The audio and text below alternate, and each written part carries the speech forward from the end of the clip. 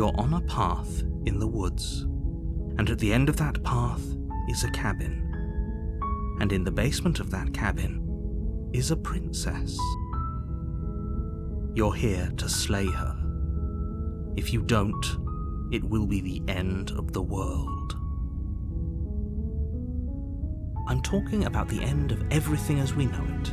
No more birds, no more trees, and perhaps most problematically of all, no more people. You have to put an end to her. Don't linger on the specifics. You have a job to do here. Just get in there and do what needs to be done. We're all counting on you. Look, you're already on the path that leads to the cabin. Why would you be here if it weren't to complete a very important task? You've made it this far, you might as well reach the end of your journey. While I appreciate the mental exercise, we are running up against a bit of a ticking clock. Nevertheless, let me assure you, the princess is locked up because she's dangerous. She is not dangerous because she's locked up. And before you decide to waste even more of our time by asking how I know that, let me suggest a more pragmatic lens through which to view this situation. Causality doesn't matter here, because the end result is the same no matter what led us up to this point. If the princess leaves the cabin, the world will end, and there is no changing that. It's no use arguing semantics over a metaphorical chicken or egg, because the egg is hatched and it's about to ruin everything. Unless, of course, you do your job and slay her. Does it? Are you a monarchist? Is slaying a princess that much worse than slaying a fisherman or a miller or a seamstress? If anything, slaying a princess is much better than slaying a seamstress. Seamstresses contribute something of value to society. Oh, if only that were the case, but I don't make the rules. I have to say, I'm surprised at your reluctance thus far, but unfortunately for the both of us, you're the only one who can pull this off. Like I said, I don't make the rules, no matter how much I wish I did. Of course I haven't. Why would I even consider that? Nobody wants the world to end. I mean, maybe some people do, like nihilists, or very, very evil people, but surely you're not one of those, right?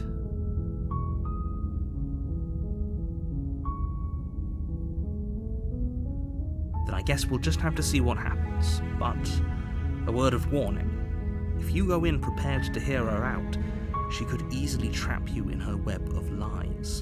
And the more you listen to her honeyed words, the harder it'll be to pull yourself out. Then each and every one of us is doomed. So sure, go, talk to her. See how that turns out for all of us. You make your way up the short path to the cabin. You'll find the princess within. We're not going to go through with this, right? She's a princess. We're supposed to save princesses, not slay them. Ignore him. He doesn't know what he's talking about.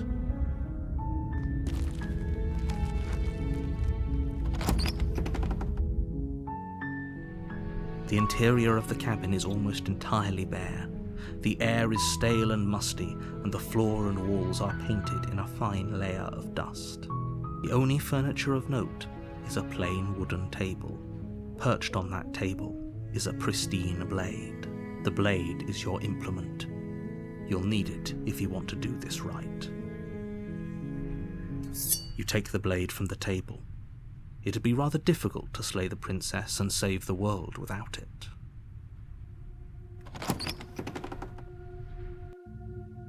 The door to the basement creaks open, revealing a staircase faintly illuminated by an unseen light in the room below. This is an oppressive place. The air feels heavy and damp, a hint of rot filtering from the ancient wood. If the princess really lives here, slaying her is probably doing her a favor. Her voice carries up the stairs. Who's there? She sounds dangerous.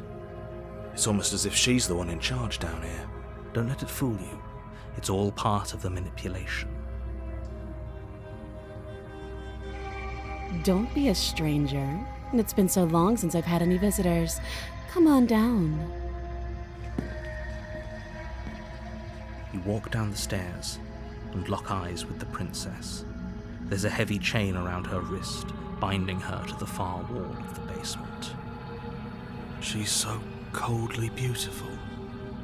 Is she really a threat to the world? Focus on the task at hand.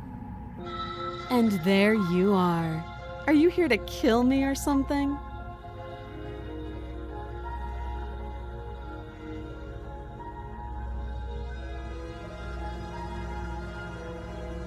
Then why did you bring a knife with you?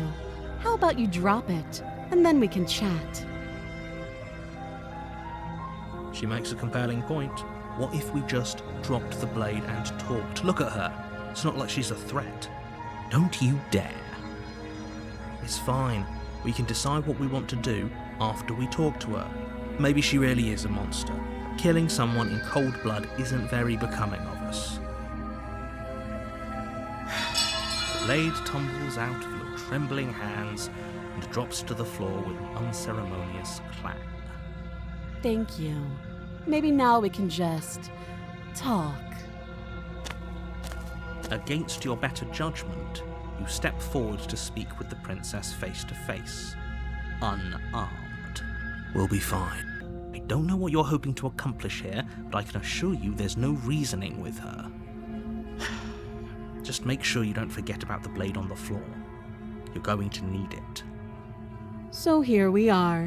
What an awkward start to a relationship.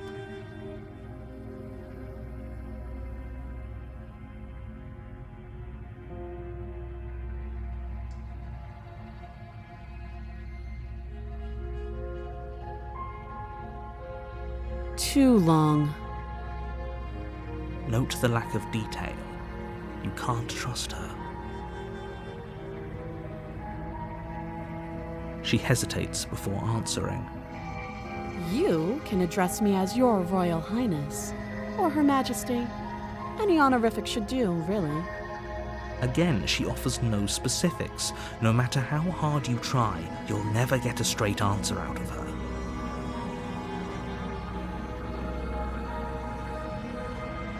You can't. Don't bother. I'm guessing you don't have the key then. I'm sure there's a key somewhere around here, and if there isn't, well, we can always put that knife to good use. Her sharp eyes settle on the edge of the blade. She isn't suggesting what I think she's suggesting, right? She is. I'm sure of it.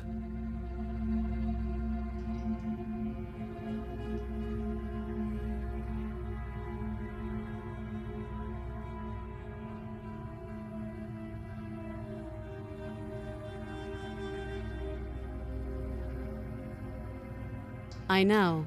I just said that. Now why are you here to kill me?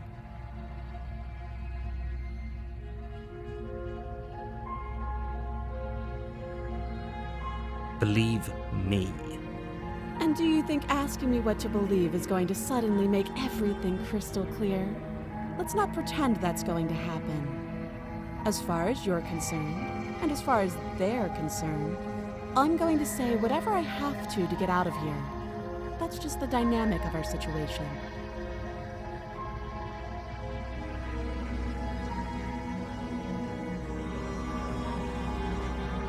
Oh, have you decided what to do with me?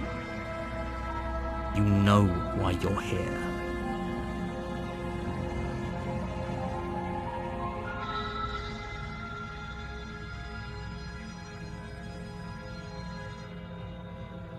Oh, you have to be kidding me. You walk up to the chains binding the princess to the wall and give them a tug. They're large and heavy, far too solid for you to even imagine trying to break them apart. If you don't have the key, maybe you should go looking for it. I'm sure it's somewhere upstairs. Doubtful. Whoever locked the princess away down here intended for her to never see the light of day. They wouldn't have just left the key to her chains somewhere in the cabin.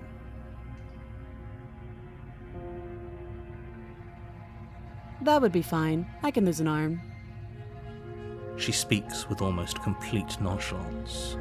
If we were stuck down here for long enough, I'm sure we'd be nonchalant about cutting our way out. Anything to finally be free. You attempt to make your way out of the basement, but the door at the top of the stairs slams shut. You hear the click of a lock sliding into place. Is someone else here? Your shouts and pleas are met with silence. You're here to slay the princess, and you won't leave until the task is done. You try the door, but it's locked from the outside. I'll repeat myself once again. You're here to slay the princess, and you won't leave until the task is done. You make your way back to the bottom of the stairs. This would have been so much easier if you'd simply slain her like you were supposed to. Easier for whom? Easier for everyone. I heard the door slam. They locked you down here too, didn't they? The knife. Pick it up and cut me out of here. You won't like what happens if you do that. Against your better judgment, you place the blade against the princess's arm, just above the massive, unyielding chain. You cut into her flesh. The blade is sharp, and you make quick work of it. Before long, you're able to crack through bone, and she pulls the bleeding stub of her arm through the iron gauntlet. She didn't so much as utter a sound.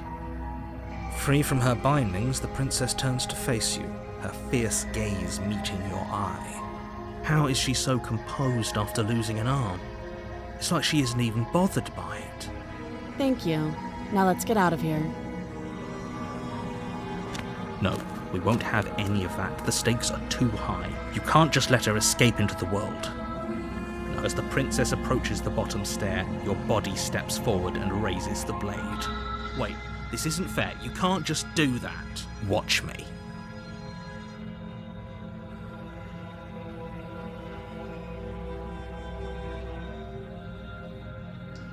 Stop that. I thought this was a little too easy. Your body lunges forward to sink the blade into her back, but the princess swiftly moves out of the way before you can connect. Stop it! Stop resisting me! I am trying to get you out of here alive. Thank you. You swing your arm towards her throat, the blade singing through the air. But she's ready for it. She grabs your arm, her grip like a stone vice. You drop the blade, pathetically. She lets go, and faster than you can react, rears back and hits you with a bone-shattering haymaker. There's a ringing in your ears. You're fairly certain you can feel bone grinding against bone where she fractured your jaw, but your body isn't allowing you to feel much right now, adrenaline coursing through your system and numbing your nerves. You fall to your knees. You're barely able to bring your trembling arms up to defend yourself before she hits you again. Every blow is as punishing as the first. You feel bones shatter with every impact, unknown ruptures blossoming with blood somewhere inside of you. You poor thing. I'll go ahead and put you out of your misery. She places a confident heel on your chest and pushes you down to the ground. Her knee falls to your throat, your windpipe crushed beneath a weight you didn't think her slight form could possibly possess. It can't just end like this, right? I'm sorry, but it's over. Everything goes dark, and you die.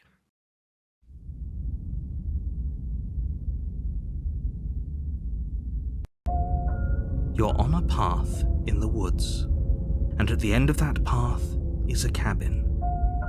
And in the basement of that cabin is a princess. You're here to slay her. If you... A terrible sense of déjà vu. No, you don't have that. This is the first time either of us have been here. If he doesn't remember what happened, then maybe it's best to keep it that way. You know I can hear you, right? It's going to be a lot harder than you think to keep secrets from me. What does it matter what he knows? There's nothing we can do to stop her. She's just going to kill us again. She is not going to kill you unless you let her. but slaying the princess and saving the world is going to be much more difficult than it has to be if you spend the whole time second-guessing yourself. It hasn't. Or if it has, I certainly haven't been a part of it. We've just met for the first time, you and I. Those are two very different questions, but fine, I'll indulge you if that's what it takes to get you moving. Let's say for a moment that this really is the second time you've met me, or at least a version of me. You died last time, which probably only happened because you didn't listen to me. Of course we died. She didn't feel pain. She didn't feel much of anything, did she? And she broke every bone in our body before she decided to let us die. What were we supposed to do to stop her then? What are we supposed to do to stop her now? She's just a princess. Slaying her shouldn't have been difficult, but congratulations. You've been given another chance to actually do this right. And I believe your other question was something along the lines of, oh, what's the point of doing anything? If you're asking that, it sounds to me like you're making the rather dangerous assumption that your actions last time around didn't have any consequences. What do you mean? Of course there weren't any consequences. The princess killed us and now everyone's right back where they started. That sounds pretty consequence-free to me. Yes, but in this purely hypothetical scenario, that begs the question of how you got back here. Did time simply rewind itself, or were you instead transported to a different world entirely? If it's the latter, what do you think happened after you died? Do you think the people there lived happily ever after? Or do you think that the princess, left unhindered, brought about the end to everyone and everything, just like I told you she would? If she ended the entire world, why should we even bother? We might as well just walk up to that cabin, break her chains and let her do whatever she wants. It's all the same in the end. Just because she's capable of ending the world doesn't mean you're not capable of slaying her. Both of those things can be true at the same time. So chin up. I believe in you.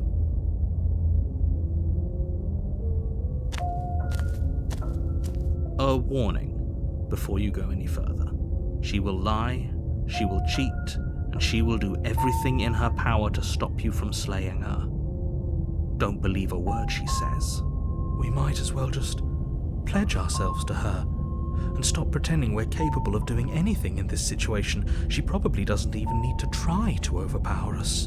Can we tone down the pessimism just a smidge? I'm not being a pessimist. You're being annoying. Just ignore their bickering, and whatever you do, don't pledge yourself to her. I cannot stress enough how absolutely catastrophic that would be for everyone, yourself included. I agree, if she's wrongfully imprisoned, then we should rescue her, but if he's telling the truth, we shouldn't just hand her the world on a silver platter. Rescue her? Given the stakes of the situation, there isn't really a difference between rescuing her and pledging yourself to her. Either would be terrible. So please try to ignore both of those knuckleheads and focus on saving the world. Let's not make this harder than it has to be. If that's what you want, I guess I don't have a say here.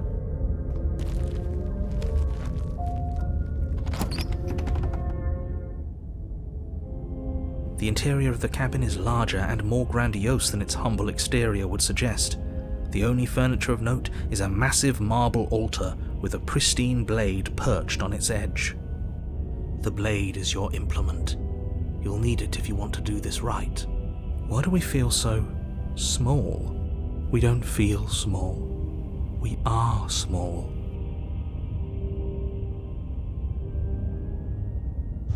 You take the blade from the altar. It would be difficult to slay the princess and save the world without a weapon.